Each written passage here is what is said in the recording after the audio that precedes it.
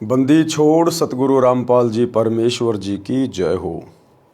परमपिता परमात्मा सारी सृष्टि के रचनहार, कुल मालिक, असंख्य ब्रह्मांडों के स्वामी, जगत गुरु, तीनों लोकों में प्रवेश करके सबका भरण पोषण करने वाले, राजाधिराज, आत्माधार, नाथों के नाथ, देवों के देव महादेव, सर्वेश्वर महेश्वर, मृत्युंजय, अजरो अमर, आदि अनादि सनातनी प्रभु, जगत पिता जगदीश्वर, श्री श्री 1008 की उपाधि के वास्तविक अधिकारी, अकाल मूर्त शब्द स्वरूपी राम वासुदेव, सर्वगतम ब्रह्म, परम पूज्य, प्रथम पूज्य, परम संत, परम पुरुष, परम धनी, परम दयालु, सत्य कबीर, हक्का कबीर, अल्लाहु कबीर, अल्लाहु अकबर, बाखबर, अल्लाह ताला, जगत के तारणहार, जगत के मुक्तिदाता, जगत के जगन्नाथ, हारे के सहारे, हिंदुओं के राम, मुसलमानों के अल्लाह, सिखों के वाहिगुरु, ईसाइयों के मसीह, दया के सागर दयानिधि, करुणा के सागर करुणानिधि, स्वयंभू परिभू, संकट मोचन, कष्ट हरण, मंगल करण, दुख भंजन, अविगत कबीर,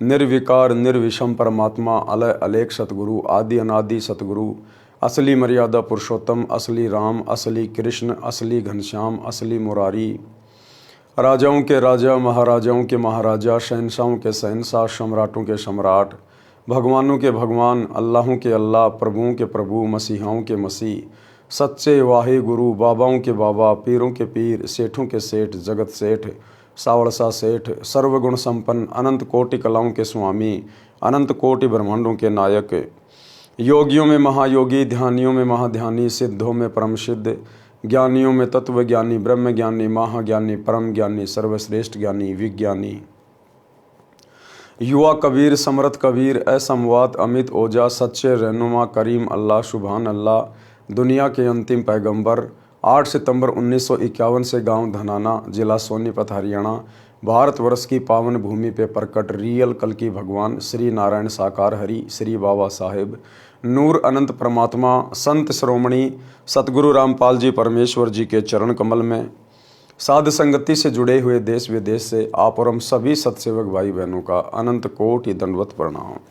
सत्साई भाई और बहनों, दया परमपिता परमेश्वर जी की, सारी सृष्टि के रचनहार सतगुरु रामपाल जी भगवान की, जिनके शुभ आशीर्वाद से, विशेष आशीर्वाद से पवित्र पुस्तक जीने की राह के ऊपर वीडियो बनाने की श्रृंखला जारी है। इसी श्रृंखला में आज हमारा ये 10वें नंबर का वीडियो है। प्रत्येक वीडियो में गुरुदेव भगवान के आशीर्वाद से अध्यात्म से संबंधित बहुत सारी बातें आप और हम सभी भगत भाई बहनों को प्राप्त हो रही हैं। जिन बातों को सुनकर जो भगत भाई बहन भक्ति मार्ग पर लगे हुए हैं उनका दृढ़ विश्वास हो रहा है, और जो अभी सतगुरु रामपाल जी के सत्संग ही सुन रहे हैं उन्हें बहुत कुछ जानकारी प्राप्त हो रही है। तो कल के वीडियो में गुरुदेव भगवान ने हमें राम भगत जी की कथा के माध्यम से बहुत सारी बातों से परिचित करवाया, अवगत करवाया कि किस प्रकार से हमने अपने बड़े बुजुर्गों का सम्मान करना चाहिए, उनकी सेवा करनी चाहिए, उनको प्रेम से बोलना चाहिए, ताकि हमारे बच्चों में संस्कार पड़े, और बुढ़ापे में यदि आज हम अपने बुजुर्गों की सेवा करेंगे तो आगे चलकर परमात्मा भी हमारी सेवा करवाएंगे। और घर स्वर्ग के समान बन जाता है जब संत का सत्संग घर में चलना शुरू हो जाता है। नाम दीक्षा लेकर सभी भक्ति शुरू कर देते हैं और अपनी आत्मा का कल्याण करवा लेते हैं। तो भाई और बहनों, ये पवित्र पुस्तक जीने की राह, यदि आपने अभी तक इस पुस्तक का पार्ट नंबर 1 नहीं देखा है तो आप जिसे प्रार्थना है पार्ट नंबर 1 से देखना ज़रूर शुरू करें, क्योंकि पार्ट नंबर 1 इस पुस्तक की भूमिका है, और भूमिका को अच्छे से पढ़े बिना, समझे बिना आगे का वीडियो समझ में आना थोड़ा मुश्किल है। तो आज के वीडियो में हम गुरुदेव भगवान के आशीर्वाद से शुरू करते हैं पवित्र पुस्तक जीने की राह, पार्ट नंबर 10, पेज नंबर 71। सत्संग से घर की कलह यानी झगड़ा समाप्त होती है, क्योंकि सत्संग से ज्ञान होगा, ज्ञान से हम लोग विचार करेंगे कि हम क्यों लड़ रहे हैं, क्यों झगड़ रहे हैं, 2 दिन का ये जीवन है, कब किसका समय आ जाए कोई भरोसा नहीं है, हम क्यों लड़ रहे हैं, किसके साथ में लड़ रहे हैं, लड़ाई झगड़े से हमें मिलेगा क्या सिवाय टेंशन के। तो सत्संग से फिर आदमी विचार करना शुरू कर देता है। एक माई अपनी पुत्र वधू पर बात बात पर क्रोध करती थी। छोटी छोटी गलतियों को बढ़ा चढ़ाकर अपने पुत्र से कहती, पुत्र अपनी पत्नी को धमकाता, इस प्रकार घर नरक बना हुआ था। सत्संग के अभाव में वो घर नरक बना हुआ था। वो माई बात बात पर अपनी पुत्र वधू के साथ यानी अपने बेटे की पत्नी के साथ में झगड़ा करती, लड़ाई करती। क्योंकि सारा दिन वो क्या करती, आड़ोसी पड़ोसियों के पास में जाती, इधर उधर की बातें करती, भक्ति का कोई नामो निशान नहीं था, सत्संग में जाती नहीं थी, सारा दिन कुविचार मन में आते रहते थे, एक दूसरे की सुनी सुनाई बातें इधर उधर बाईपास करती रहती थी, अपने कर्म फोड़ रही थी। परमात्मा कहते हैं सत्संग में कुतिया भली साकट भली न माँ, वाह बैठी हरी चर्चा सुने वाह निंदा करने जा। परमात्मा कहते हैं सत्संग में ना जाने वाली माँ से वो कुतिया 100 गुना ज़्यादा अच्छी है, जो किसी कारण से संतों के सत्संग में बैठी हुई है, आसपास बैठी हुई है, परम संत के वचन उसके कानों में जा रहे हैं। और वो माँ जो सत्संग में नहीं जाती है, इधर उधर की निंदा चुगली करती है, वो तो उस कुतिया से भी बदतर है जो निंदा चुगली करके केवल अपने कर्म ही फोड़ सकती है। पुत्र वधू अपनी सासू माँ से कभी कभी कहती कि आप सत्संग जाया करो। अपनी पड़ोसन भी जाती है। सासू माँ बोली कि सत्संग में तो आई गई यानी बदचलन स्त्रियां जाती हैं जिनका संसार में सम्मान नहीं होता, जो अच्छे कुल की नहीं है, हम खानदानी हैं, हमारा क्या काम सत्संग में। बुढ़िया कहती हमारा क्या काम है सत्संग में। सत्संग में तो ऐरी गैरी जाती है जिनकी कोई इज्जत नहीं होती समाज में, जिनको कोई काम नहीं है, हम तो खानदानी है खानदानी।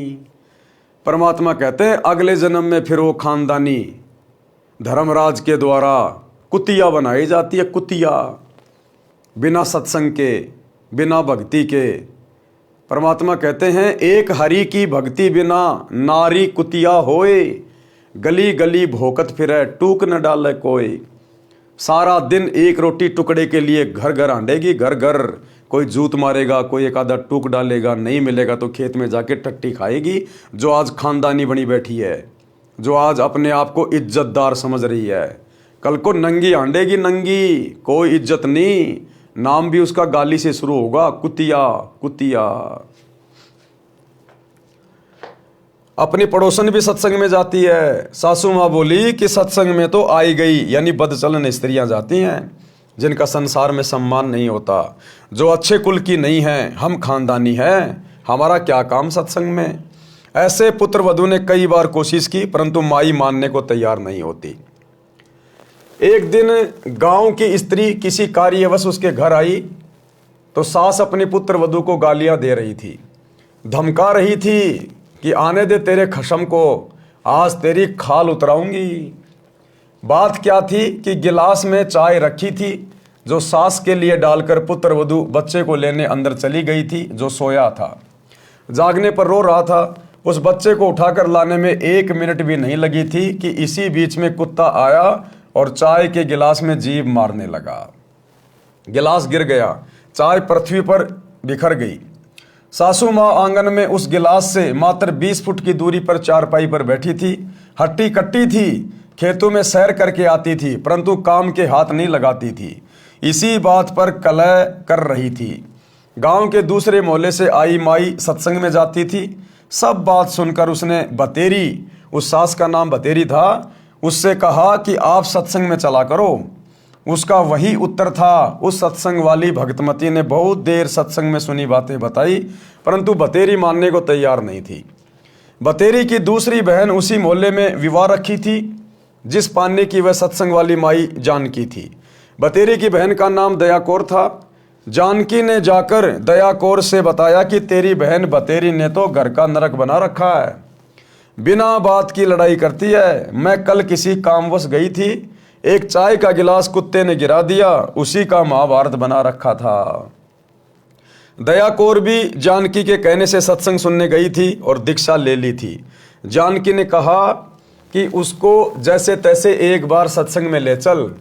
जब तक संतों के विचार सुनने को नहीं मिलते तो व्यक्ति व्यर्थ की टेंशन यानी चिंता स्वयं रखता है तथा घर के सदस्यों को भी चिंता में रखता है। दया कौर अगले दिन अपनी बहन के घर गई, किसी बहाने बतेरी को अपने घर ले गई। अब जो उसकी बहन थी बतेरी की दया कौर, वो किसी बहाने उसको अपने घर पे ले गई कि एक बार उसको यहाँ ले आऊं और फिर मैं इसको सत्संग में लेके जाऊंगी। एक बार ये सत्संग में चल पड़ेगी, गुरुजी के सत्संग सुनेगी और वहाँ जो माइयाँ, जो भाई बहन होंगे, उनसे बैठ के ज्ञान चर्चा होगी, परमात्मा की महिमा होगी, तो कुछ इसके समझ में आएगा। हो सकता है परम संत के वचन कान में पड़ जाएं तो इसके संस्कार बदल जाएं, इसका जीवन परिवर्तित हो जाए और घर नरक बनने से बच जाए। वहाँ से कई अन्य औरतें सत्संग में जाने के लिए जानकी के घर के आगे खड़ी थी। वे दया कौर को सत्संग में चलने के लिए कहने उसके घर गई। वहाँ उसकी बहन बतेरी को देखकर उसे भी कह सुनकर साथ ले गई। बतेरी ने जीवन में प्रथम बार सत्संग सुना। आश्रम में कैसे स्त्री पुरुष रहते हैं सब आंखों देखा तो अच्छा लगा। जैसा अनाप शनाप सुना करती थी वैसा आश्रम में कहीं भी देखने को नहीं मिला। सत्संग में बताया गया कि कई व्यक्ति अपनी बहन, बेटी, बहुओं तथा अन्य स्त्रियों को सत्संग नहीं भेजते और न स्वयं जाते हैं। वे कहते हैं कि हमारे सत्संग में जाने से घर की इज्जत का नाश हो जाएगा, हमारी बहू बेटियां बदनाम हो जाएंगी। उनको विचार करना चाहिए कि सत्संग में न आने से परमात्मा के विधान का ज्ञान नहीं होता कि भक्ति न करने वाले स्त्री पुरुष अगले जीवन में महान कष्ट भोगते हैं। अब सतगुरु तो सतगुरु ही है। आत्माएं सत्संग में आती हैं। अब परमात्मा को पता है कि कहाँ चोट करनी है, कैसे ये आत्मा सीधे रास्ते चल पड़ेगी। तो परमात्मा ने उसी बहन को आधार बनाकर और उसी की दुखती हुई नस के ऊपर चोट मार दी। जो बातें वो सोचा करती थी कि सत्संग में तो ऐरी गैरी औरतें जाती हैं, हम तो खानदानी हैं, परमात्मा ने उसी विषय को लेकर सत्संग शुरू कर दिया। सूक्ष्म वेद में बताया है कि जो मनुष्य शरीर प्राप्त करके भक्ति नहीं करते उनको क्या क्या हानि होती है। कबीर हरि के नाम बिना नारी कुतिया होए, गली गली भोकत फिरे टूक न डाले कोई। संत गरीबदास जी की वाणी से। बीबी पड़दे रहे थी, ड्योडी लगे थी बाहर, अब गात उगाड़े फिरती है वह बड़ कुतिया बाजार। बीबी पड़दे रहे थी। पुराने समय में ये ठाकुर लोग, राजपूत लोग या वैसे भी जो राजा महाराजा थे, वो अपने घर की औरतों को बाहर नहीं निकलने दिया करते थे। वो उनको पर्दे में रखा करते थे। घर के अंदर काम या तो नौकर करते थे या फिर वो खुद घर के जो पुरुष होते थे वो सारा काम किया करते थे।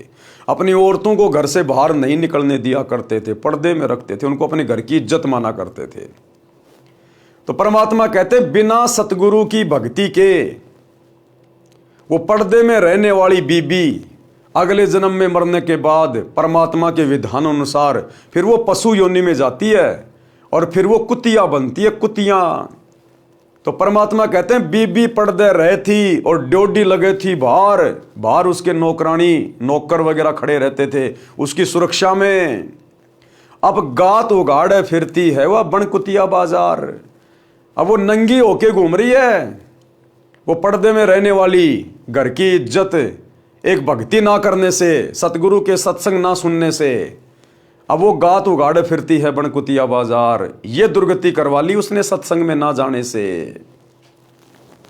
वे पर्दे की सुंदरी सुनो संदेशा मोर। परमात्मा कहते हैं वो जो सुंदरियां, घर की इज्जत, वो स्त्रियां जो पर्दे में रहा करती थी, सुनो संदेशा मोर कि उनके बारे में सुन लो मेरी बात। गात उगाड़े फिरती हैं करे सरायों शोर। अब वो नंगी होके कुतिया बन के सरायों में शोर करती है। सराय यानी धर्मशाला।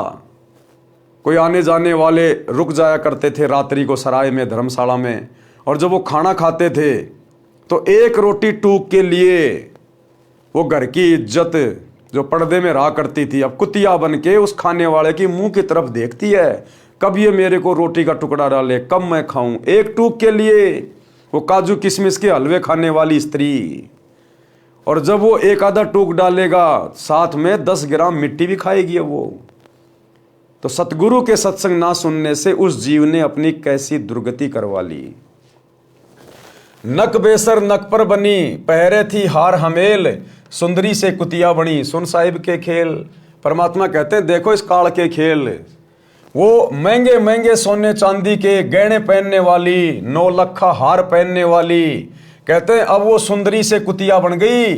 सुन साहिब के खेल, देखो परमात्मा के खेल।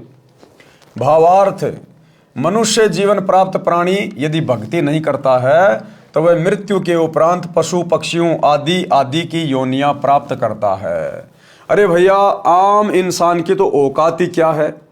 इस परमात्मा के संविधान के अनुसार, विधान के अनुसार, जिसको दुनिया भूल चुकी है, जिस प्रकार हमारे शरीर के ऊपर हमारे भारत देश का संविधान लागू होता है, इसी प्रकार शरीर के अंदर जो आत्मा है, रूह है, उसके ऊपर परमात्मा का संविधान लागू होता है। ऊपर धर्मराज के दरबार में पाई पाई का हिसाब देना पड़ता है कि तेरे को 50 साल की उम्र दी, 100 साल की उम्र दी या 150 साल की उम्र दी, तूने क्या किया? तेरे को भक्ति करने के लिए भेजा था, ये बकवाद करके वापस आ गया। तूने जितना कमाया, जितना जोड़ा, धन या इज्जत, कहाँ है तेरी इज्जत? नंगा खड़ा है तू लाइन में। कहाँ है तेरा वो धन जो तूने पूरी जिंदगी कमाया बैल और गधे की तरह? तो फिर ये आत्मा वहाँ पर नीचे गर्दन करके खड़ी हो जाती है कि गलती बन गई। गलती बन गई तो भाई आप सजा भुगतो। फिर गधा, कुत्ता, सुअर, कुतिया बना दिए जाते हैं। तो परमात्मा कहते हैं कि भैया उस समय क्या जवाब दोगे परमात्मा को, जब तुम खाली हाथ जाओगे वहां पर, पशु पक्षियों की योनियों में डाले जाओगे, और आम इंसान की तो बेचारे की औकात क्या। गरीबदास जी कहते हैं, तेरी क्या बुनियाद प्राणी, तू पेंडा पंथ पकड़बो। जब देश का राजा जो भक्ति नहीं करता, पहले राजा कहा करते थे, बादशाह कहा करते थे, वजीर आजम कहा करते थे, आजकल उनको प्राइम मिनिस्टर कहते हैं, प्रधानमंत्री, राष्ट्रपति, मुख्यमंत्री, ये सब राजा हैं अपने अपने पद पर। तो गुरुदेव कहते हैं, एक हरि की भक्ति बिन राजा गधा होए, और माटी लदे कुम्हार की घास न डाले कोई। देश का राजा भी अगर सत भक्ति नहीं करता है, और सत भक्ति पूरे विश्व में वर्तमान में केवल सतगुरु रामपाल जी के पास है, बाकी भूल जाना। ये बड़े बड़े आश्रम, बड़े बड़े मठ बना के जो बैठे हैं आचार्य शंकराचार्य, दो देले की भक्ति नहीं है, अपने नरक की टिकट पक्की करवा रखी है। तो बिना सतगुरु की सत भक्ति के तो देश का राजा भी मरने के बाद में गधा बनता है। सोचिए फिर आप और हमारे जैसे आम प्राणियों की क्या औकात है। अगर भक्ति नहीं की तो ये दुर्गति यूं की यूं तैयार है, यूं की यूं तैयार। परमात्मा के नाम जाप बिना स्त्री अगले जन्म में कुतिया का जीवन प्राप्त करती है, फिर निवस्त्र होकर नंगे शरीर गलियों में भटकती रहती है। वो घर की इज्जत, वो पर्दे में रहने वाली, सोने चांदी के गहने हार पहन पहन के अपने आप को अति सुंदर मानने वाली, वो घर की इज्जत अब वो नंगी होके कुतिया बन के गली गली में भोंकती हुई फिर रही है एक रोटी टूक के लिए। भूख से बेहाल होती है, उसको कोई रोटी का टुकड़ा भी नहीं डालता। जिस समय वह आत्मा स्त्री रूप में किसी राजा, राणा तथा उच्च अधिकारी की बीवी यानी पत्नी थी, वे उसके पूर्व जन्म के पुण्यों का फल था। जब उसका मनुष्य जन्म था और वो पर्दे में रहा करती थी, किसी राजा की रानी बन के, किसी बहुत बड़े अधिकारी की पत्नी बन के, या ठुकरानी बन के, तो परमात्मा कहते हैं कि वो आत्मा उस जन्म में अपने पिछले जन्म की दान पुण्य की मलाई खा रही थी। अगले जन्म के लिए भक्ति की नहीं, दान पुण्य किया नहीं, संतों के सत्संग में गई नहीं, उसने अपनी दुर्गति करवा ली। अब वो कुतिया बन के घूम रही है राजा की रानी। वे उसके पूर्व जन्मों के पुण्यों का फल था, जो कभी किसी जन्म में भक्ति धर्म आदि किया था, वह सर्व भक्ति तथा पुण्य स्त्री रूप में प्राप्त कर लिए। जैसे आज देश का प्रधानमंत्री है या कोई मुख्यमंत्री है, बहुत बड़ा कोई उद्योगपति है जिसका दुनिया में नाम है, और भक्ति आज वो कर नहीं रहा, और भक्ति भी करता है तो खाली लोग दिखावे की, अपने केवल वोट प्राप्त करने के लिए किसी मंदिर का उद्घाटन कर दिया, किसी मस्जिद में चला गया, किसी तीर्थ पे चला गया, केवल जनता को खुश करने के लिए। और वो भक्ति भी शास्त्रों के अनुसार नहीं है। ये शास्त्रों में, किसी भी धर्म के धर्म शास्त्र में मूर्तियां बना बना के पत्थर की, सोने की, चांदी की या पीतल की, ये पूजने का आदेश नहीं है। जो मंत्र जाप हमारे धर्मगुरु देते हैं, हरे हरे, राधे राधे, श्याम मिलादे, ओम नमो भागवते वासुदेवाय, जय जय राम, हरे राम, ओम नमः शिवाय, जय जगदीश हरे, ये सब फर्जी है, फर्जी मनमाना आचरण है पूरा। किसी भी धर्मशास्त्र में जो कि प्रमाणित हैं, चारों वेद, गीता जी, कुरान, पुराण, बाइबल, आपको किसी भी धर्म ग्रंथ में इन मंत्रों के जाप करने का कोई उल्लेख नहीं मिलेगा। ये मनमाना आचरण है, मनमाना आचरण है। तो यदि वो देश का राजा, प्रधानमंत्री, मुख्यमंत्री अगर कोई भक्ति भी करता है तो वो भी शास्त्रों के विरुद्ध करता है, तो अगले जन्म में वो सीधा गधे की योनि में जाता है वो राजा। ये परमात्मा का विधान है। तो वर्तमान में वो राजा, वो मुख्यमंत्री, बहुत बड़ा कोई अधिकारी, बहुत बड़ा कोई बिजनेसमैन, कोई बॉलीवुड का हीरो हीरोइन, कोई ये क्रिकेटर, वर्तमान में यदि सतगुरु रामपाल जी की भक्ति नहीं करते हैं तो हमें वो जो ठाठ बाट करते हुए दिखाई दे रहे हैं ना, घूमते फिरते, नाचते गाते, मौज मस्ती करते, राज करते, वर्तमान में वो अपने पिछले मनुष्य जन्म की मड़ाई खा रहे हैं। जब कभी उनका इससे पहले मनुष्य जन्म था स्त्री या पुरुष का, और उन्होंने जो भक्ति की थी, दान पुण्य किया था, मंत्र जाप किए थे, उनका प्रतिफल आज वर्तमान में भोग रहा है। वो दान धर्म किया हुआ तो मिल गया, लेकिन मोक्ष नहीं हुआ, क्योंकि मोक्ष तो सच्चे सतगुरु के शरण में आने से होगा। अब वर्तमान में भक्ति वो कर नहीं रहा तो अगले जन्म में क्या मिलेगा? अगर अगला जन्म उसको मिलेगा मनुष्य का, तो बीच में 84 लाख योनियां भोगनी पड़ेंगी, एक लंबा चक्कर काट के आना पड़ेगा गधे कुत्ते सुअर बनने का। 84 लाख प्रकार की योनियां, सुनने में छोटा शब्द है, लेकिन एक गधे का जीवन देख लो, कितना कष्टमय, कितना दुखदायी होता है। तो कहते वो राजा फिर अगले जन्म में पशु योनि में जाएगा, जो आज हमारे को बहुत बड़ा पावरफुल दिखाई दे रहा है। चाहे भारत का हो, चाहे अमेरिका का हो, चाहे किसी भी देश का हो, परमात्मा के दरबार में प्रधानमंत्री गिरी नहीं चलती, ये राष्ट्रपति गिरी नहीं चलती, ये नेतागिरी केवल यही चलती है जब तक उसके पुण्य हैं। और जिस दिन यहां भी उनके पुण्य खत्म हो जाते हैं, पिछले जन्मों की भक्ति कमाई जब समाप्त हो जाती है, तो यहां भी उनकी दुर्गति होती है। उनका हेलीकॉप्टर क्रैश हो जाता है, विमान उनका क्रैश हो जाता है, एक्सीडेंट में मारे जाते हैं, बीमारी में मारे जाते हैं। सब कुछ पाप और पुण्य के आधार से चलता है। इसलिए संत भक्ति पे जोर देते हैं कि मनुष्य जन्म केवल परमात्मा प्राप्ति के लिए मिलता है, बाकी तो अपने संस्कार से, जिसको राज मिला है, जिसको कुछ भी मिला है पद, उसके संस्कार से मिला हुआ है। वह आत्मा ऊंचे घराने की बहु बेटियां थी, उस समय पर्दों में रहती थी, काजू किशमिश डालकर हलवा तथा खीर खाती थी। उनका जूठा छोड़ा हुआ नौकरानियां खाती थी। उनको सत्संग में नहीं जाने दिया जाता था, क्योंकि वे उच्च घरानों की बहुएं तथा बेटियां थी। घर से बाहर जाने से बेइज्जती मानती थी। बड़े घरों की इज्जत इसी में मानी जाती थी कि बहु बेटियां का पर्दे में घर में रहना उचित है। इन कारणों से वह पुण्यात्मा सत्संग विचार न सुनने के कारण भक्ति से वंचित रह जाती थी। उस मानव शरीर में वह स्त्री गले में 9-9 लाख रुपए के हमेल हार पहनती थी, नाक में सोने की नाथ पहनती थी, उसी हार श्रृंगार में अपना जीवन धन्य मानती थी। भक्ति ना करने से वे अब कुतिया का जीवन प्राप्त करके नंगे शरीर गलियों में एक एक टुकड़े के लिए तरस रही होती हैं। शहर में पहले सराय यानी धर्मशाला होती थी, यात्री रात्रि में उनमें रुकते थे।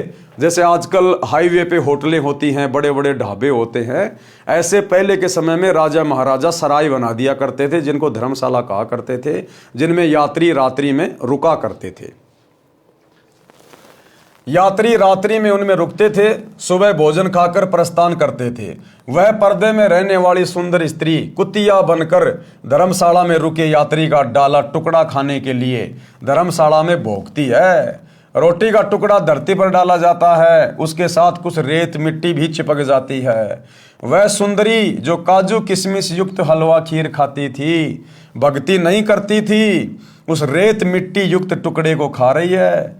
यदि मनुष्य शरीर रहते सहते पूरे संत से नाम लेकर भक्ति कर लेती तो ये दिन नहीं देखने पड़ते। और पूरा संत वर्तमान में केवल एक है, सतगुरु रामपाल जी। बाकी जितने भी संत हैं ये सब नकली हैं। भले आपको उनके सत्संगों में प्रधानमंत्री जाता दिखाई दे, मुख्यमंत्री जाता दिखाई दे, बड़ी बड़ी सेलिब्रिटी वहां पर जाती हुई दिखाई दें, उनको दंडवत प्रणाम करती हुई दिखाई दें, उनके पास में भक्ति के नाम पर कख भी नहीं है, कख भी 0/0।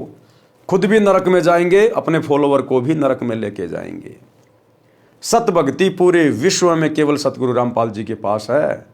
एक बार थोड़ी हिम्मत करके जेब से मोबाइल निकाल कर यूट्यूब पर जाकर सर्च करें, सृष्टि रचना सतगुरु रामपाल जी, धीरे धीरे सुनना शुरू करें एक बार।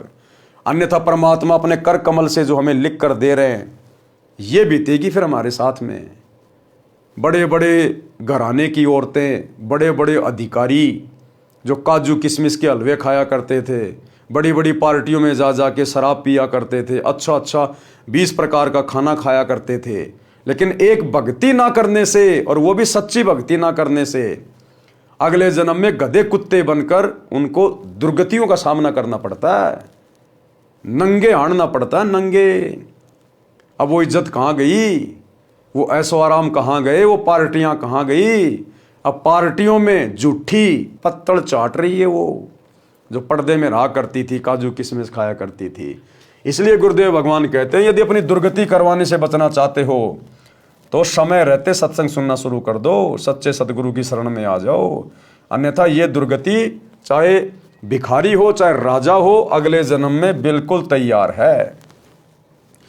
इसी संदर्भ में परमात्मा हमें एक कथा सुना रहे हैं, पुल्लोबाई की नसीहत। पुल्लोबाई एक साध्वी थी, जैसे कि मीराबाई थी, ऐसे ही एक साध्वी थी, परमात्मा की भक्ति करती थी, और एक राजा ने उससे नाम उपदेश ले लिया था। उसकी कथा गुरुदेव भगवान हमें यहाँ पर लिख कर दे रहे हैं। हमने क्या शिक्षा लेनी है। एक राजा ने पुल्लोबाई के ज्ञान विचार सुने, बहुत प्रभावित हुआ। उस राजा की 3 रानियां थी। राजा ने अपनी रानियों को पुल्लोबाई के विषय में बताया। राजा ने कई बार पुल्लोबाई भगतनी की, अपनी रानियों के सामने प्रशंसा की।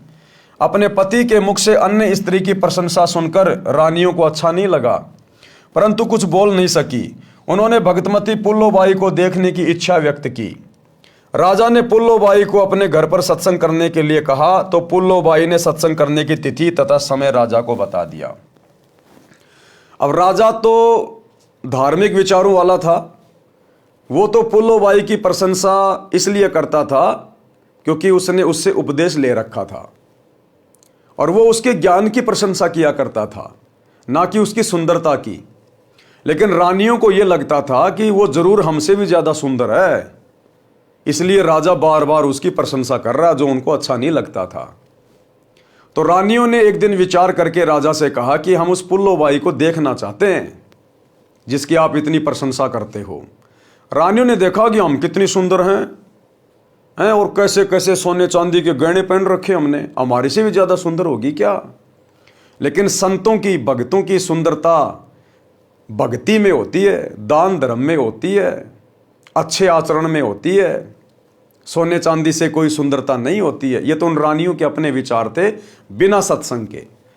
तो एक दिन राजा ने पुल्लोबाई से प्रार्थना की, तो पुल्लोबाई ने सत्संग करने का टाइम फिक्स कर दिया कि फला फला दिन मैं परमात्मा के आशीर्वाद से आपके घर पर ज्ञान चर्चा के लिए आऊंगी। तो रानियां बड़ी प्रसन्न हुई कि अब देखेंगे उस पुल्लोबाई को कितनी क्या सुंदर है। और जिस दिन वो पुल्लोबाई आई, उस दिन रानियों ने और ज्यादा हर श्रृंगार मेकअप वगैरह कर लिया कि हमसे भी ज्यादा सुंदर है क्या वो। फिर पुल्लोबाई उनको अंत में क्या नसीहत देती है, क्या उनको सलाह देती है। उन्होंने भगतमती पुल्लोबाई को देखने की इच्छा व्यक्त की। राजा ने पुल्लोबाई को अपने घर पर सत्संग करने के लिए कहा, तो पुल्लोबाई ने सत्संग की तिथि तथा समय राजा को बता दिया। सत्संग के दिन रानियों ने अति सुंदर तथा कीमती वस्त्र पहने तथा सब आभूषण पहने, अपनी सुंदरता दिखाने के लिए कोई कसर नहीं छोड़ी। रानियों ने सोचा था कि पुल्लो बहुत सुंदर होगी। भगतमती पुल्लो राजा के घर आई। उसने खद्दर का मैला सा वस्त्र धारण कर रखा था, हाथ में माला थी, चेहरे का रंग भी साफ नहीं था। भगतमती पुल्लो को देखकर तीनों रानियां खिलखिलाकर हंसने लगी और बोली, ये है वो पुल्लो, हमने तो सोचा था बहुत सुंदर होगी। उसकी बात सुनकर भगतमती पुल्लोबाई ने कहा कि क्या कहा पुल्लोबाई ने अब उनकी बातें सुनकर, गहना बादा तन की शोभा, यानी तुम अपने शरीर के ऊपर जो कीमती कीमती वस्त्र पहनकर, आभूषण पहनकर जो अपनी शोभा मान रही हो ना, अपनी इज्जत मान रही हो ना, कहते हैं वस्त्र आभूषण तन की शोभा, और ये तन काचो भांडो, ये शरीर तो कच्चे मटके जैसा है, और भक्ति बिना बनोगी कुतिया, राम भजो ना रांडो। कि हे बेशरम औरतों, भक्तिहीन औरतों, बिना परमात्मा की भक्ति के आज तुम अपने शरीर की सुंदरता, ये बहुत महंगे महंगे कपड़े, सोने चांदी के आभूषणों को समझ रही हो ना, ये शरीर तो कच्चे मटके की तरह है, कब फूट जाए कोई भरोसा नहीं। और बिना सतगुरु की सतभक्ति के अगले जन्म में कुतिया बन के घूमोगी। कुतिया बिना भक्ति के बनोगी कुतिया। राम बजोना रांडो, परमात्मा का सत्संग ले लो, सतगुरु की शरण ग्रहण कर लो समय रहते और भक्ति कर लो। तुम्हारे जैसी ना जाने कितनी जा चुकी हैं गधी और कुतिया की योनियों में। तो इस प्रकार से पुल्लोबाई ने उनको समझाने का प्रयास किया। भावार्थ, सुंदर वस्त्र तथा आभूषण शरीर की शोभा बढ़ाते हैं। ये शरीर नाशवान है, जैसे कच्चा घड़ा होता है। ये शरीर क्षण भंगुर है, यानी कब नष्ट हो जाए। एक्सीडेंट में ये मर जाए, छत से गिर जाए तो ये खराब हो जाए, टूट जाए, फूट जाए, आग में ये जल जाए, जहर खाने से ये मर जाए। इस शरीर का कोई स्टैंड ही नहीं है, ये तो बिल्कुल कच्चा मटका है, क्षण भंगुर है। न जाने किस कारण से, किस आयु में और कब नष्ट हो जाए। यदि भक्ति नहीं की तो अगले जन्म में कुतिया का जन्म पाओगी, फिर निवस्त्र भटकती फिरोगी। इसलिए कहा है रांडो, अर्थात स्त्रियों भक्ति करो। रांड शब्द विधवा के लिए प्रयोग होता है, परंतु सामान्य रीति में स्त्रियां अपनी प्रिय सखियों को प्यार से संबोधित करने में प्यारी गाली के साथ प्रयोग किया करती थी। अब शिक्षित होने पर यह शब्द प्रयोग नहीं होता। भगतमती पुल्लोबाई ने सत्संग सुनाया, कबीर परमेश्वर जी की साखियां सुनाई और क्या कहा, कबीर हरि के नाम बिना नारी कुतिया हो, गली गली भोकत फिरे टूक न डाले कोय। कबीर राम रटत कोडी भलो, चू चू पड़े जो चाम, सुंदर देही किस काम की, जा मुख नाही नाम। परमात्मा कहते हैं राम रटत कोडी भलो और चू चू पड़े जो चाम, सुंदर देह किस काम की, जामुख नाही नाम। एक व्यक्ति है, बहुत अट्टा कट्टा शरीर है, अच्छा चिकना चुपड़ा चेहरा है, अपने आप को बड़ा धन्य मान रहा है, सुंदर समझ रहा है, और राम नाम है नहीं उसके पास, यानी सच्चे सतगुरु की भक्ति है नहीं। तो परमात्मा कहते हैं वो चाहे कितना अट्टा कट्टा है, कितना सुंदर है, कितना स्वस्थ उसका शरीर है, अगले जन्म में बिना सतगुरु की भक्ति के 84 में जाएगा, पशु पक्षियों की योनियों में कष्ट उठाएगा। और एक ऐसा व्यक्ति है जो बीमार है, कोढ़ जैसा रोग लगा हुआ है, लेकिन परमात्मा का नाम मिला हुआ है, अपनी भक्ति करता है। कहते हैं वो शरीर त्यागने के बाद में मोक्ष प्राप्त करेगा और परमात्मा की भक्ति से उसका भयंकर से भयंकर रोग भी ठीक होगा, क्योंकि ये लक्षण है, ये गुण है परमात्मा की भक्ति के। परमात्मा अंधे को आंख देता है, कोढ़ी को काया देता है, बांझ को पुत्र देता है, निर्धन को माया देता है। ये गुण है परमात्मा के। तो कहते हैं राम रटत कोडी बलो, चू चू पड़े जो चाम। जिसका शरीर बीमारी से खराब हो रहा है लेकिन भक्ति कर रहा है, कहते हैं उस सुंदर व्यक्ति से लाख गुना अच्छा है वो, जिसका शरीर स्वस्थ नहीं है लेकिन जो भक्ति कर रहा है। क्योंकि ये मनुष्य शरीर भक्ति करने के लिए मिलता है। ये बकवाद करते हुए तो हमें असंख्य जन्म हो गए, असंख्य जन्म। ये कोई पहला मनुष्य जन्म नहीं हमारा। ना जाने आज से पहले कितने करोड़ों अरबों हमारे स्त्री पुरुष के मानव जन्म हो चुके हैं। हमने उन जन्मों में ये बकवादें तो करी हैं और हर जन्म को बर्बाद करने के बाद हम फिर 84 लाख योनियों में गए। अब की बार हमारा दाव लगा इस भक्ति युग में। परमात्मा धरती पर सशरीर प्रकट हैं सतगुरु रूप में। एक बार सत्संग सुनना शुरू करो। तो परमात्मा कहते हैं राम रटत कोडी भलो, चू चू पड़े जो चाम, सुंदर दे किस काम की, जा मुख नाही नाम। कबीर नहीं भरोसा देही का, विणस जावे छिन्न माही, श्वास उसास में नाम जपो और यतन कछु नाई। परमात्मा कहते हैं ना जाने ये तुम्हारा शरीर कब छूट जाएगा, इसका कोई भरोसा नहीं है। लिखा हुआ नहीं है कि तू 40 साल जिएगा, 50 साल जिएगा। परमात्मा के कागजों में तो लिखा है, लेकिन तुम्हें नहीं पता इस बात का। इसलिए अपनी मृत्यु को अति निकट समझकर, संतों के सत्संग सुनकर, ज्ञान से परिचित होकर उनके शरण लेके अपनी आत्मा का कल्याण कराओ।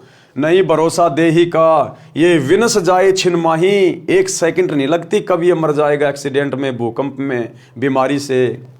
कहते हैं श्वास ऊ श्वास में नाम जपो और यतन कछु नाई। सतगुरु तुम्हें जो मंत्र दीक्षा देगा उसको श्वास ऊ श्वास से जपो, यानी सतगुरु जो विधि बताएगा उस विधि से भक्ति करो, मंत्रों का जाप करो, तब इस मनुष्य जन्म का कोई फायदा है। कबीर श्वास ऊ श्वास में नाम जपो, व्यर्थ श्वास मत खो, ना जाने इस श्वास को आवन हो के न होए। गरीब सर्व सोने की लंका थी, रावण से रणधीरम, एक पलक में राज्य गया जम के पड़े जंजीरम। कि वर्तमान में तुम्हारी औकात क्या है, हम हैं क्या, हैसियत क्या है। मालिक कहते हैं मर्द गर्द में मिल गए, जिनको वास्तु में हम लोग मर्द कह सकते हैं, जो वास्तु में ताकतवर थे, बलवान थे, जिनके पास में धन था, पावर थी, रावण जैसे, कंस जैसे, हिरण्यकशिपु जैसे।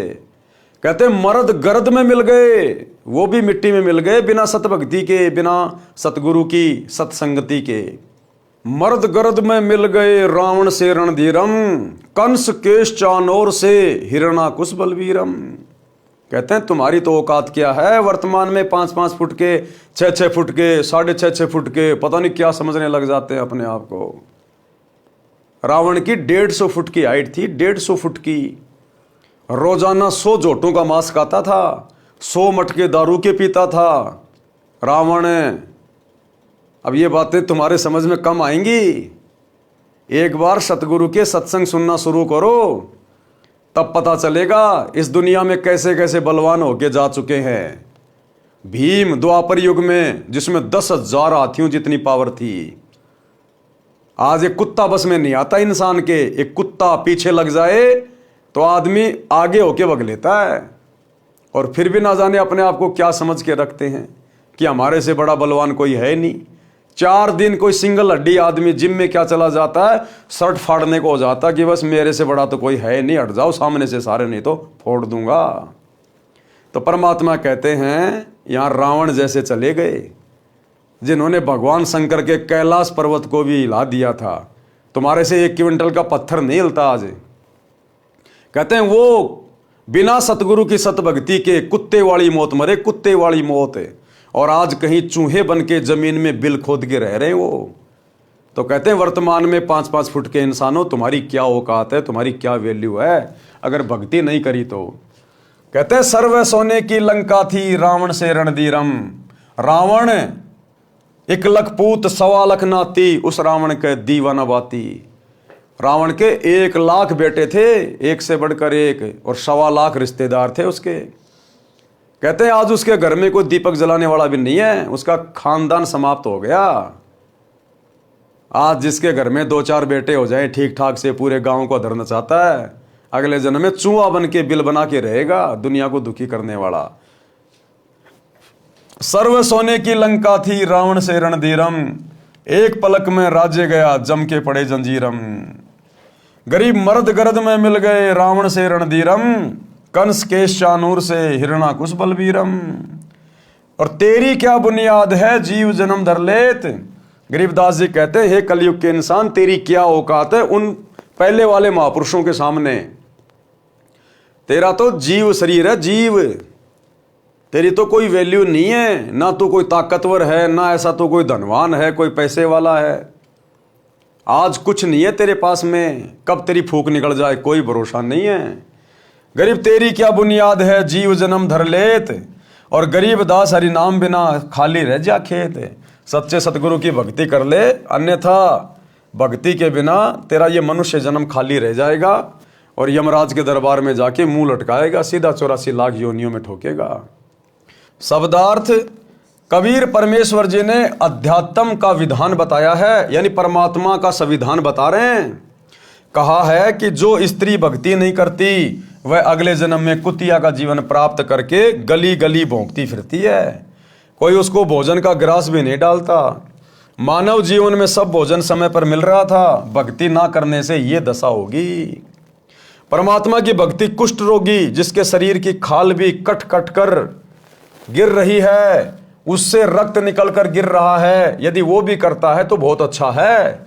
भक्ति करने से उसका कुष्ठ रोग भी ठीक हो जाएगा, भविष्य भी उज्जवल होगा। जो भक्ति नहीं करता वह चाहे सुंदर शरीर वाला भी क्यों ना हो, उसका सुंदर स्वस्थ शरीर किसी काम का नहीं। अगले जन्म में फिर वो शरीर गधे की योनि प्राप्त करेगा, फिर कुम्हार के काम आएगा वो। जो आज सुंदर और स्वस्थ शरीर प्राप्त करके अपने आप को पहलवान समझ रहा है और भक्ति कर नहीं रहा, अगले जन्म में वो शरीर कुम्हार के काम आएगा। जब गधा बनेगा, 2.5 मन का बोरा पटकेगा, पजावे के ऊपर सारा दिन कच्ची ईंट ऊपर ले जाएगा, पक्की ईंट ऊपर से लेके आएगा। इस मानव शरीर का कोई विश्वास नहीं है कि यह कब तथा किस कारण से नष्ट हो जाए। इसे बचाकर नहीं रखा जा सकता। इसका एक उपाय है, भक्ति करो, इतना सुमरण करो कि एक श्वास भी नाम के जाप बिना खाली ना जाए। कोई भरोसा नहीं। आप जी आए दिन अखबार में पढ़ते हो, कोई एक्सीडेंट में मर गया, कोई लड़ाई झगड़े में मर गया, कोई किसी बीमारी से मर गया, कोई हॉस्पिटल में मर गया, कोई फांसी खा के मर गया, कोई जहर खा के मर गया, कोई भूकंप में मर रहे हैं। कोई भरोसा नहीं है इस मनुष्य शरीर का। ये पंडित ज्योतिष झूठी बना बना के तुम्हारे को ये पत्रियां दे रहे हैं, 150 साल जिएगा, 100 साल जिएगा। अपना धंधा शुरू कर रखा लोगों ने। पता केवल उस परमात्मा को है, बाकी किसी को नहीं है। इसलिए सतगुरु के सत्संग सुनो, ज्ञान समझो। आज हम ज्ञान समझने के लायक हैं। ये मनुष्य शरीर, स्त्री या पुरुष में हम सत्संग सुन सकते हैं, विचार कर सकते हैं। अन्य योनियों में सत्संग नहीं सुन सकते, विचार नहीं कर सकते। अन्य योनियों में भक्ति नहीं होती। ये भक्ति और मोक्ष केवल मनुष्य शरीर में मिलता है। परमात्मा कहते हैं माता पिता मिल जाएंगे लख 84 माही। ये सतगुरु की सेवा और भक्ति भाई फेर मिलन की नाई। बहुत सारे लोग कहते हैं ना कि माता पिता ही भगवान है, बस माता पिता की सेवा करो। सेवा करना अच्छी बात है, लेकिन माता पिता भगवान नहीं होते। अरे फिर तो बहुत भगवान हो गए। दुनिया में ना जाने कितने माता पिता हैं। आप भी कल को किसी के माता पिता बनोगे, कल को आप भी भगवान बन जाओगे। अपने आप को भगवान कहलाने वाला इंसान नरक में जाता है। नरक में यम के दूत उसके मुंह में मूतते हैं। तो परमात्मा कहते हैं माता पिता तो तुम्हें कल को मरने के बाद जब गधा बनेगा उस समय भी मिल जाएगा, कुत्ता बनेगा तो भी माता पिता मिल जाएंगे, मनुष्य बन जाएगा तो भी माता पिता फिर मिल जाएंगे। लेकिन ये सतगुरु की सेवा और भक्ति ये दोबारा नहीं मिलती, बार बार नहीं मिलती। बड़ी मुश्किल से दाव लगता है, इसको चूकना नहीं चाहिए। श्वास छोड़ते समय तथा लेते समय प्रत्येक श्वास में नाम जपो।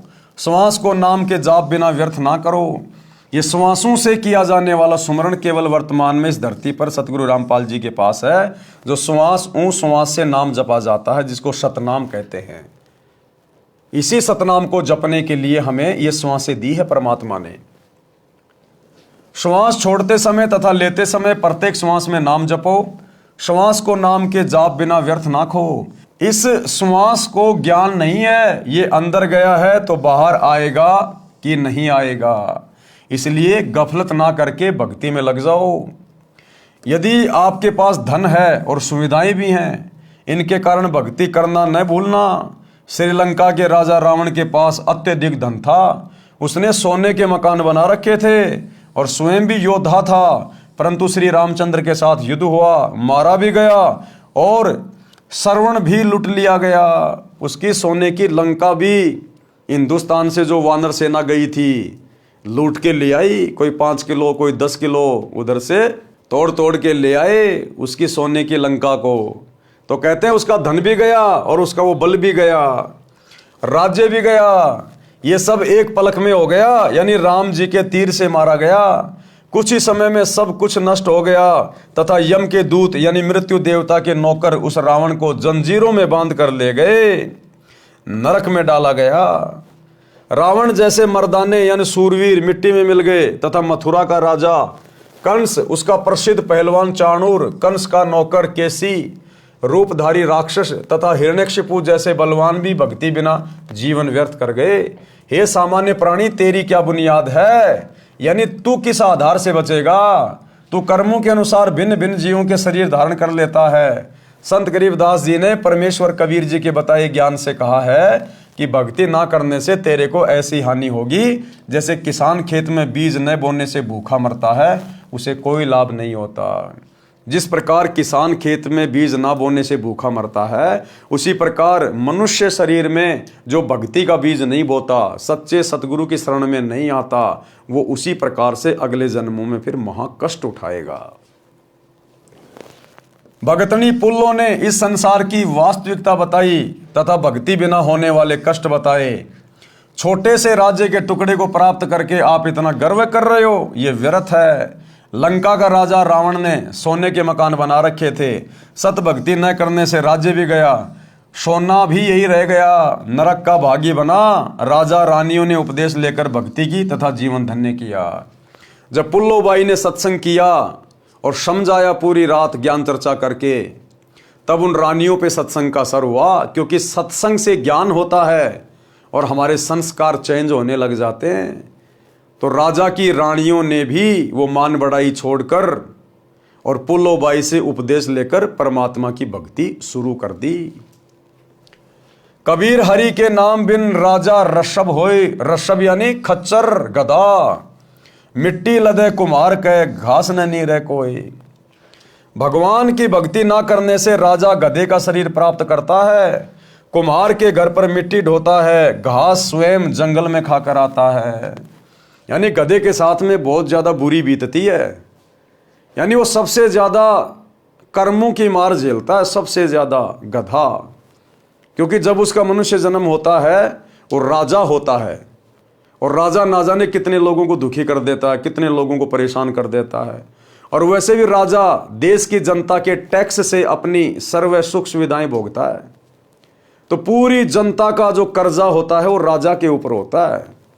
और अगले जन्म में वो राजा मरने के बाद गधा बनकर देश के प्रत्येक नागरिक का गधा बनता है, किसी का बैल बनता है, किसी की गाय बनती है, किसी की भैंस बनता है।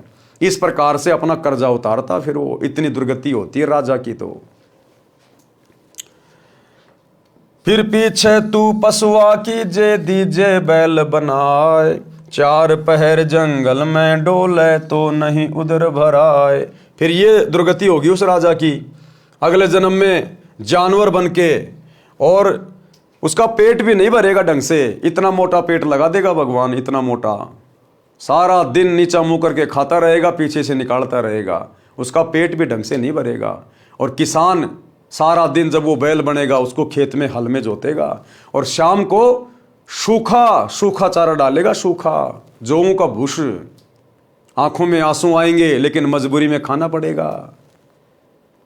जब वो राजा था, बड़े बड़े 7 स्टार होटल में 56 प्रकार की डिश खाता था, लेकिन एक भक्ति नहीं करी। अरे राज्य भी कर, किसने मना किया, लेकिन साथ में सतगुरु की भक्ति भी कर, और नेक नीति ईमानदारी से परमात्मा से डर कर अपना राज्य कर, जनता के साथ न्याय कर।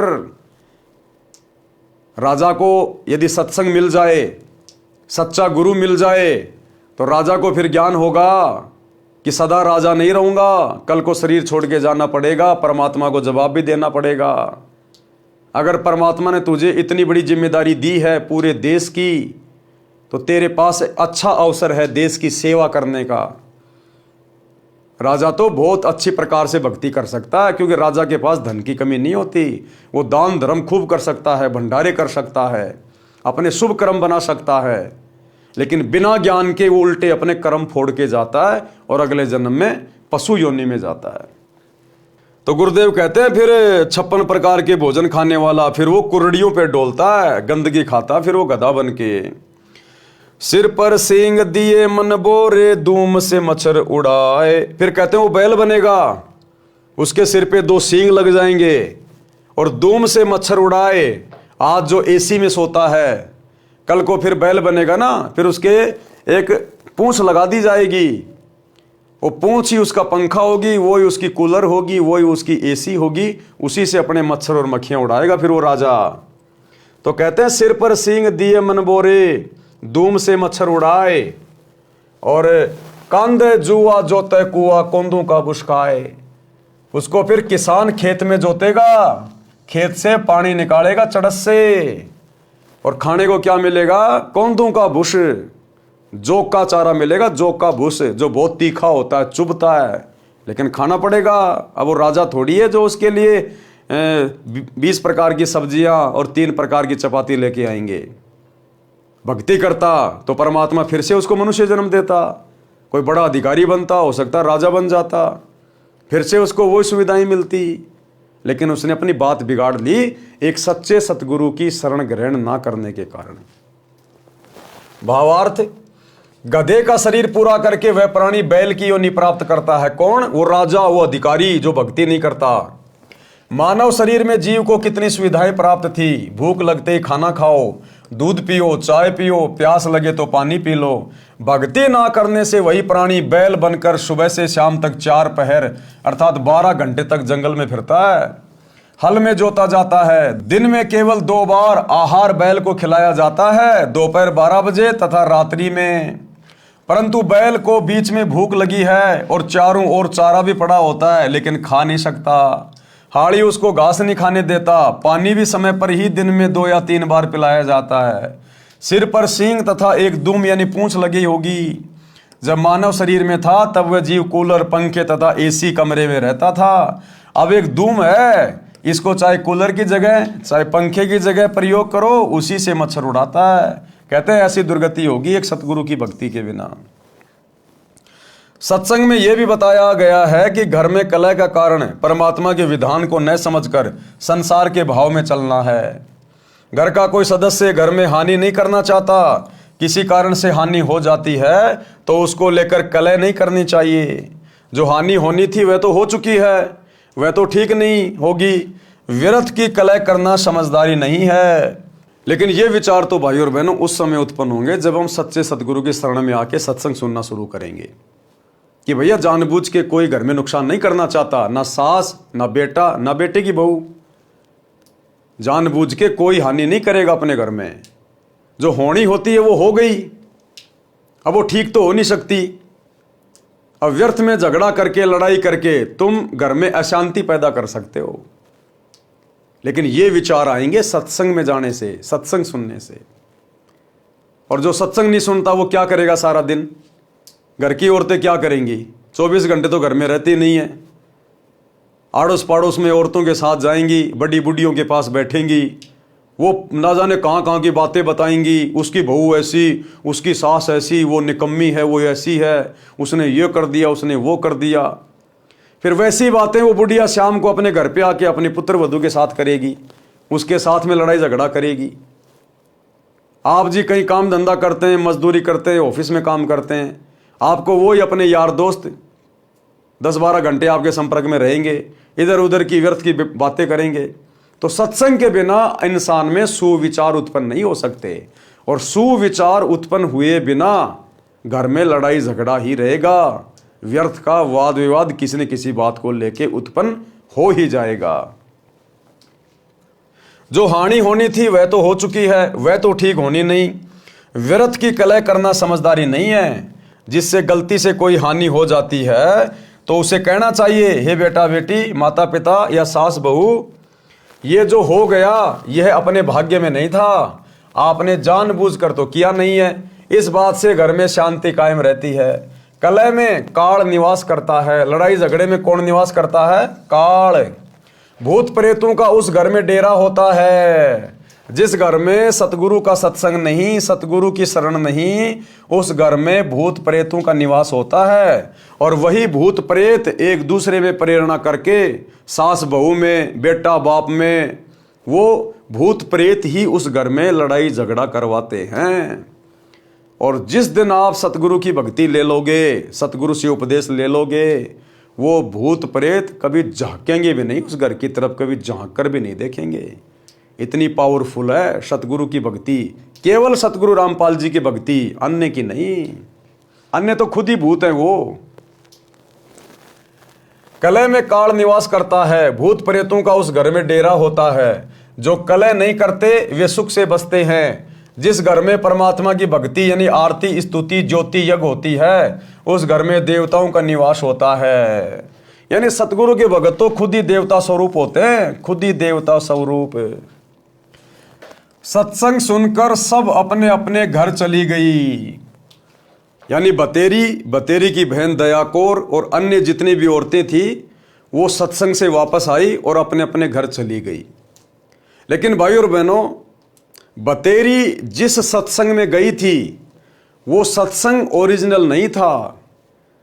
जिस गुरु से वो नाम दीक्षा लेके आई थी अपनी बहन के कहने से, वो शास्त्र अनुकूल साधना नहीं देता था। लेकिन फिर भी सत्संग सुनने से अच्छाई इंसान में उत्पन्न होती है। और जो बतेरी की जो बेटे की बहू थी पुत्र वधू, उसने सही गुरु से नाम उपदेश ले रखा था, जो गुरु शास्त्र अनुकूल साधना करवाता था।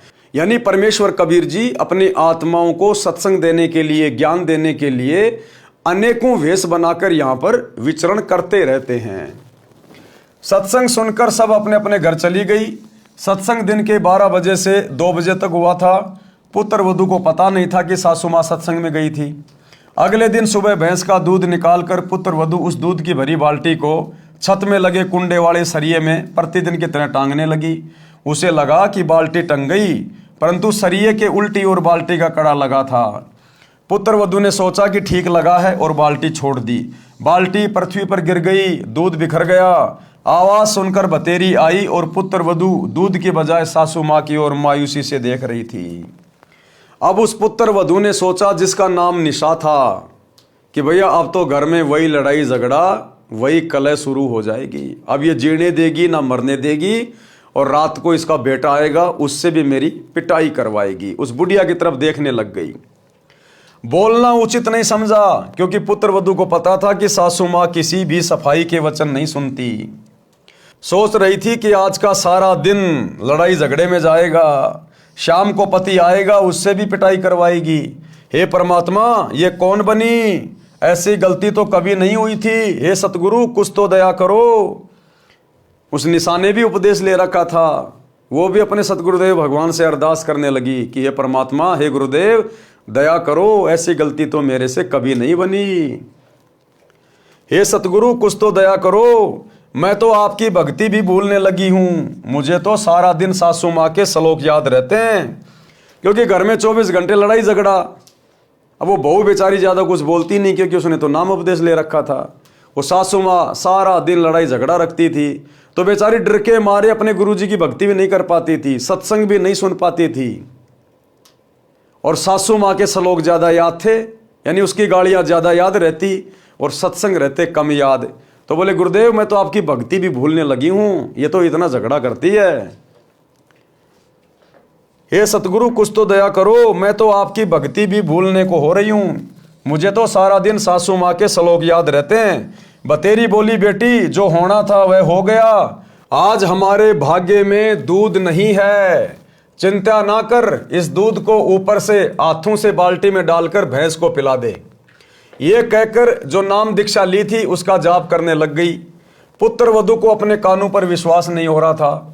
सोच रही थी कि माताजी आज पता नहीं कौन सा स्टेशन पकड़ गई। ये शीतल वचन तो बतेरी की बोरी में नहीं थे, इसमें तो खड़ भरी थी। आसपास से निकलती थी तब भी बड़बड़ की झल निकलती थी। पुत्र वधू का नाम निशा था। वह सोच रही थी कि निशा, आज निशा में तेरी बुरी होगी दशा, यानी आज रात्रि तेरी पिटाई होगी। इसका बेटा आएगा, उस समय सारी बात बताएगी और तेरी बुरी दशा होगी। निशा की सोच थी कि पति को बताएगी, वह माता की बात सुनकर मेरी कुछ नहीं सुनता, अच्छी बुरी कहेगा, सारा दिन और रात्रि रोने में जाएगी। निशा ने दूध बाल्टी में डालकर भैंस को पिला दिया, बाल्टी धोकर रख दी। बतेरी आई और बोली कि बेटी, रोटी खा ले, चिंता मत कर बेटी। मैं कल मेरी बहन दया कौर के साथ दिन में सत्संग में गई थी, मेरी तो आंखें खुल गई। मैं तो बहुत कलिहारी बनी हुई थी। बेटी, हो सके तो क्षमा कर देना, पीछे हुआ सो हुआ, आगे से अपनी बेटी को पलकों पे रखूंगी। मेरी असली बेटी तो तू है, जन्मी बेटी तो अगलों की थी, वह चली गई, अपना दुख सुख साझा है। मेरी तो एक दिन के सत्संग ने ही आंखें खोल दी। मात्र एक दिन के सत्संग ने उस बुढ़िया को परिवर्तित कर दिया, चेंज कर दिया। क्योंकि संतों के वचन में पावर होती है, शक्ति होती है। और यदि सत्संग मिल जाए पूर्ण संत का, तो ये जीवन भी परिवर्तित और मृत्यु के बाद में सीधा परमात्मा के दरबार में मोक्ष। नकली संतों के सत्संग से, उनकी नाम दीक्षा से मोक्ष नहीं मिलेगा। 84 लाख योनियों का कष्ट नहीं कटेगा। गधे कुत्ते सूअर बनने से नहीं बच सकते। ये महा उपकार तो पूर्ण संत करता है, और पूर्ण संत वर्तमान में धरती पर सतगुरु रामपाल जी हैं। बेटी, अगले रविवार को आप भी चलना, मैं भी चलूंगी। अब उस बतेरी को इस बात का पता नहीं था कि मेरी बेटी ने पहले से ही सत्संग ले रखा है। वो बेचारी डर डर के भक्ति किया करती थी। सासू माँ को वो बताया नहीं करती थी कि बताऊंगी तो और ज़्यादा झगड़ा करेगी ये, तो छुप छुप के अपनी आरती कर लेती थी, कोई सत्संग वगैरह सुन लिया करती थी इस प्रकार से। तो बुढ़िया को इस बात का मालूम नहीं था। तो बुढ़िया ने कहा, बेटी अगले रविवार को आप भी चलना, मैं भी चलूंगी, धीरे धीरे बेटे को भी ले चलेंगे। निशा ने अपने गुरुजी का फोटो यानी स्वरूप कपड़ों में छिपा रखा था। फोटो निकालकर चरणों में शीश रखकर कहा कि हे गुरुवर, आज आपने अपनी बेटी की पुकार सुन ली, घर स्वर्ग बना दिया। शाम को चतर सिंह आया, यानी उस बुढ़िया का बेटा, शाम को चतर सिंह आया तो माता ने दूध गिरने का जिक्र भी नहीं किया। कुछ दिन बाद चतर सिंह को भी नाम दिला दिया। कुछ समय पश्चात निशा के गुरुजी आ गए। अब एक दिन उसकी पुत्र वधू के गुरुजी उसके घर पे आ गए। निशा ने बताया कि गुरुजी, मेरी सासू माँ बहुत अच्छी है, इसने भी गुरु का नाम ले लिया है। बतेरी ने कहा, महाराज जी, निशा ने कभी नहीं बताया कि इसने दीक्षा ले रखी है, ये मेरी कलह से डरती होगी, अब बताया है जब मैंने नाम ले लिया। अच्छा किया इसने, यदि पहले बता देती तो मैं और अधिक दुखी करती और पाप की भागी बनती। निशा के गुरुजी ने कहा, अब उसके गुरुदेव ने क्या कहा, बुढ़िया को क्या कहा? निशा के गुरुदेव ने कहा, माई बतेरी, आप तो आसमान से गिरी और खजूर में अटकी हो, क्योंकि आपकी दीक्षा शास्त्र अनुकूल नहीं है। यानी आपने जिस गुरु से दीक्षा ली है वो गुरु दीक्षा देने का अधिकारी नहीं है। उस गुरु की भक्ति मोक्षदायक नहीं है, शास्त्रों के अनुसार नहीं है। आपको थोड़ा बहुत सुख तो दे देगी वो भक्ति, थोड़ा बहुत राहत तो दे देगी, यहाँ ज्ञान से आप लड़ाई झगड़ा तो छोड़ दोगी, लेकिन शरीर छूटने के बाद में नरक में जाने से नहीं बच सकती, गधी और कुतिया बनने से नहीं बच सकती, 84 लाख योनियों में जाना पड़ेगा, क्योंकि वो गुरु शास्त्र अनुकूल साधना नहीं दे रहा, क्योंकि आपकी दीक्षा शास्त्र अनुकूल नहीं है। सत्य साधना बिना मोक्ष नहीं हो सकता, और सत्य साधना भाई और बहनों वर्तमान में केवल पूज्य गुरुदेव जी के पास है। जैसे रोग की सही औषधि खाने से ही रोग से मोक्ष मिलता है, इसी प्रकार सत्य साधना करने से जन्म मरण के रोग से मुक्ति मिलती है। निशा ने सोचा कि सासू माँ नाराज हो जाएगी, इसलिए बीच में ही बोल उठी कि गुरुजी, सुना है आपने नई पुस्तक लिखी है, वह संगत ने छपवाई है, क्या आपके पास है? गुरुजी बोले, हे बेटी, आपको देने के लिए आया हूँ। ये कहकर गुरुजी दूसरे कमरे में गए जिसमें ठहरे थे, उसमें थैला रखा था। निशा भी साथ साथ गई और बोली, गुरुदेव, बिरड़ के छत्ते को मत छेड़ो, मुश्किल से शांत हुआ है। गुरुजी बोले, हे बेटी, अब तेरी सास जी की पूरी रुचि भक्ति में है, अब ये मानेगी। गुरुजी 3 दिन रुके, तत्व ज्ञान समझाया। बतेरी ने भी गुरु बदल लिया और अपना कल्याण करवाया। 3 दिन तक गुरुदेव ने सत्संग सुनाया, क्योंकि कबीर परमात्मा भिन्न भिन्न वेश धारण करके पृथ्वी पर घूमते रहते हैं अपनी आत्माओं के लिए। तो जब अच्छे से सत्संग सुनाया, सृष्टि रचना बताई, तो उसकी सासू को फिर ज्ञान समझ में आ गया कि भाई मैंने तो अपनी आत्मा का कल्याण करवाना है।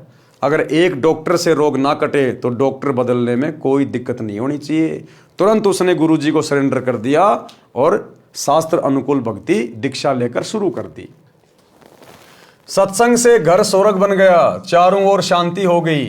जहां गाली गलौज से सारा दिन गोड़े छूटते थे, अब उस घर में परमात्मा के ज्ञान की गंगा बहने लगी। भगतमती निशा के गुरुजी परमेश्वर कबीर जी थे, जो अन्य वेश में सत्य भक्ति प्रचार करने के लिए घूमते फिरते थे। उन्होंने बताया कि किस प्रभु की भक्ति करनी चाहिए, पढ़ें इसी पुस्तक के पेज नंबर 226 पर। निष्कर्ष, परमेश्वर कबीर जी ने बताया है कि मन नेकी कर ले 2 दिन का मेहमान, कि हे जीवात्मा, क्या फूला फूला फिर रहा है, ये 2 दिन का जीवन है, यानी छोटी सी तेरी उम्र है, और कब परमात्मा के घर जाना हो जाए कोई भरोसा नहीं है। ऊपर जाकर क्या जवाब देगा, क्या हिसाब किताब देगा। समय रहते भक्ति कर ले।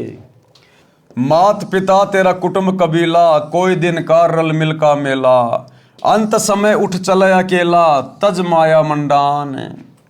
कहाँ से आया कहाँ जाएगा, तन छूटे तब कहाँ समाएगा। कि भाई सबसे पहले तो तेरे को आत्मज्ञान होना चाहिए कि तू कहाँ से आया है, यानी क्यों तेरा जन्म हुआ है, कहाँ जाएगा, मरने के बाद तू कहाँ जाएगा। जब तेरा शरीर छूटेगा तो कौन तुझे ओटेगा, तो किसकी शरण में जाएगा। आज व्यक्ति घर से बाहर किसी शहर में जाता है तो पहले विचार करता है कि कहाँ रहूँगा, क्या खाऊंगा, कहाँ मेरा ठिकाना होगा।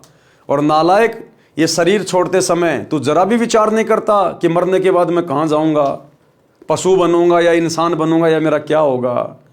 ये संतों के सत्संग से पता चलता है। आत्मज्ञान उसी को कहते हैं। कहाँ से आया कहाँ जाएगा, तन छूटे तब कहाँ समाएगा। आखिर तुझको कौन कहेगा गुरु बिना आत्मज्ञान, कि बिना सतगुरु के तुझे ये आत्मज्ञान भला कौन बताएगा। कौन तुम्हारा सच्चा साई, झूठी है ये सकल सगाई। चलने से पहले सोच रे भाई, कहाँ करेगा विश्राम। रहट माल पन घट जो भरीता, आवत जात भरे कर रीता। जुगन जुगन तू मरता जीता, करवा ले रे कल्याण। लख 84 की सह तरासा, ऊंच नीच घर लेता बाशा। कहे कबीर सब मिटाऊं राशा, कर मेरी पहचान। यानी सतगुरु रूप में जब परमात्मा आता है तो कहते हैं पहचान कर ले सत्संग सुन के, तेरा सदा सदा का ये जन्म मरण का झंझट मिटा दूंगा तेरा। भावार्थ, परमेश्वर कबीर जी ने अपने मन को संबोधित करके हम प्राणियों को सतर्क किया है कि इस संसार में 2 दिन का यानी थोड़े समय का मेहमान है। इस थोड़े से मानव जीवन में आत्मज्ञान के अभाव से अनेकों पाप इकट्ठे करके अनमोल मानव जीवन नष्ट कर जाता है। धन कमाने की विधि तो संसार के व्यक्ति बता सकते हैं, परंतु गुरुदेव जी के बिना आत्मज्ञान यानी जीव कहाँ से आया, मनुष्य जीव का मूल उद्देश्य क्या है, सतगुरु धारण किए बिना यानी दीक्षा लिए बिना जीव का मानव जन्म नष्ट हो जाता है। ये बात गुरु जी के बिना कोई नहीं बताएगा। चाहे पृथ्वी का राजा भी बन जा, परंतु भविष्य में पशु जन्म मिलेगा। जन्म मरण का चक्कर गुरु जी के ज्ञान व दीक्षा मंत्र बिना समाप्त नहीं हो सकता। जब तक जन्म मरण का चक्कर समाप्त नहीं होता तो बताया है कि ये जीवन अरहट का कुआं लोई, यागड़ बंध्या है सब कोई। कीड़ी कुंजर और अवतारा, अरहट डोर बंधे कई बारा। भावार्थ, जैसे रहट के कुएं में लोहे की चक्री लगी होती है, उसके ऊपर बाल्टियों की चैन वेल्ड की जाती है, उसको रहट कहा जाता था। पहले बैल या ऊंट से चलाते थे, जैसे कोल्लू बैल ऊंट से चलाते हैं, पहले अधिक चलाते थे। रहट की बाल्टियां नीचे कुएं से पानी भरकर लाती हैं, ऊपर खाली हो जाती हैं। ये चक्र सदा चलता रहता है। इसी प्रकार पृथ्वी रूपी कुएं से पाप तथा पुण्यों की बाल्टी भरी, ऊपर स्वर्ग नरक में खाली की। इस प्रकार जन्म मरण के चक्कर में जीव सदा रहता है। आज इंसान बन गए, जैसे भी भक्ति की, दान पुण्य किया, शरीर छोड़ने के बाद ऊपर गए, थोड़े बहुत जो पुण्य थे, जो भक्ति थी, उसके प्रतिफल में थोड़े बहुत दिन हमारे को स्वर्ग में बैठा दिया जाएगा। वो कमाई खर्च होते फिर हमारे को नरक में ठोक दिया जाएगा, क्योंकि हमारे पाप कर्म ज़्यादा होते हैं बिना सतगुरु की भक्ति के। नरक का समय पूरा होगा, फिर पृथ्वी पर 84 लाख योनियों में पशु पक्षियों के शरीर में कष्ट भोगने के लिए डाल दिया जाएगा। तो परमात्मा कहते हैं ये चक्कर तेरा सदा चलता रहेगा। 84 के बाद फिर तेरे को एक मनुष्य जन्म मिलेगा, फिर उस मनुष्य जन्म में तू इसी प्रकार से परिवार के पोषण में, बच्चों के लालन पालन में, 2 रोटी कमाने में, भक्ति कभी की कभी नहीं की, मरने के बाद फिर गधा कुत्ता। कहते ये अरहट का कुआं, अरहट का चक्कर तेरा सदा चलता ही रहेगा। इसको सतगुरु के बिना कौन समाप्त करेगा, कोई नहीं कर सकता। ऊपर के शब्दों में यही समझाया है कि संसार में परिवार धन सब त्याग कर एक दिन अकेला चला जाएगा, फिर कहीं अन्य स्थान पर जन्म लेकर यही क्रिया करके चला जाएगा। यदि आप घर से किसी अन्य शहर में जाते हैं तो जाने से पहले निश्चित करते हो कि कहाँ जाएंगे, उसके बाद कहाँ विश्राम करेंगे, परंतु संसार छोड़कर जाते हो तो कभी विचार नहीं करते कि कहाँ विश्राम करोगे।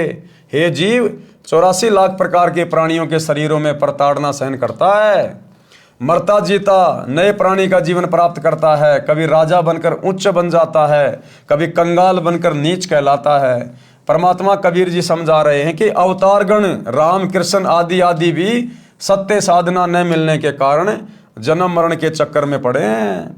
अब बताओ, ब्रह्मा विष्णु महेश ये भी जन्म मरण के चक्कर में हैं। राम श्री कृष्ण ये अवतार, ये पीर पैगंबर, ये भी जन्म मरण के चक्कर में हैं। और इस जन्म मरण के चक्कर से निकालने की एकमात्र शत भक्ति वर्तमान में सतगुरु रामपाल जी के पास उपलब्ध है। इन सभी बातों पे विचार करके, गौर करके, कुछ दिन यूट्यूब पर इनके सत्संग सुन के भाई और बहनों जल्द से जल्द दीक्षा प्राप्त कर लो, यानी सतगुरु की शरण प्राप्त कर लो, नहीं तो बुरी बनेगी। और गुरुदेव कह रहे सत्य साधना मेरे पास है, हे प्राणी तू मेरे को पहचान, मैं समर्थ परमात्मा हूं, मैं तेरा जन्म मरण का सर्व झंझट समाप्त कर दूंगा। तो भाई और बहनों कहते हैं सकल पदार्थ है जगमाही, कर्म हीन नर पावत नाई। जिसके भाग्य में नहीं होता है वो उस अनमोल वस्तु को प्राप्त नहीं कर सकता। लेकिन आज इस पृथ्वी पर जितने भी मानव शरीरधारी प्राणी हैं, स्त्री पुरुष हैं, उन सब का भाग्य उत्तम है, अति उत्तम। क्योंकि आज सतगुरु धरती पे प्रकट हैं। आपको वो अनमोल वस्तु सहज में उपलब्ध है जिसके लिए हमें 84 लाख योनियां भोगने के बाद ये मनुष्य चोला मिला है, स्त्री या पुरुष का। तो आज हम किसी को भी निर्भाग नहीं कह सकते हैं। हाँ, निर्भाग तो वो होगा जो शरीर के छूटने से पहले सतगुरु की भक्ति किए बिना धर्मराज के दरबार में चला जाएगा। उससे बड़ा निर्भाग्य प्राणी फिर संसार में और कोई नहीं। तो भाई और बहनों जेब से मोबाइल निकालो, यूट्यूब पे जाके सर्च करो सृष्टि रचना सतगुरु रामपाल जी। एक बार सत्संग सुनना शुरू करो, ज्ञान से ज्ञान होगा। आप बच्चे को स्कूल में क्यों भेजते हो? ज्ञान कराने के लिए। आपको पता है कि बच्चा पढ़ाई नहीं करेगा तो इसका भविष्य अंधकार में होगा। इसी प्रकार सतगुरु को पता होता है, संत को पता होता है, अगर इस मनुष्य शरीर से ये भक्ति वाली पढ़ाई नहीं की तो आगे इसके जन्म जन्मांतर अंधकार में चले जाएंगे। अंधकार में गधा कुत्ता बन के असहनीय कष्ट भोगेगा ये प्राणी। इसलिए संत परमार्थी होते हैं, उन्हें हमसे कोई स्वार्थ नहीं है। संत परमार्थी होते हैं, निस्वार्थ भाव से अपना कार्य करते हैं। तो सत्संग सुनकर अपने जीवन को धन्य करें। तो भाई और बहनों आज के वीडियो में केवल इतना ही। कल रात्रि 8 बजे सभी भाई बहन आगे के वीडियो के लिए दास के फेसबुक पेज पवन दास इस लाइव के ऊपर लाइव जुड़िए। तब तक गुरुदेव भगवान हम सबको आज्ञा दे, इजाज़त दे, सद्बुद्धि दे, आशीर्वाद दे। बंदी छोड़ सतगुरु रामपाल जी भगवान की जय हो।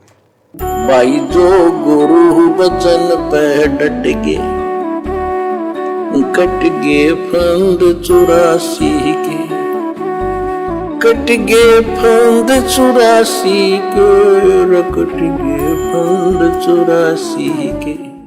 भाई जो गुरु बचन पे डट के कट गे फंद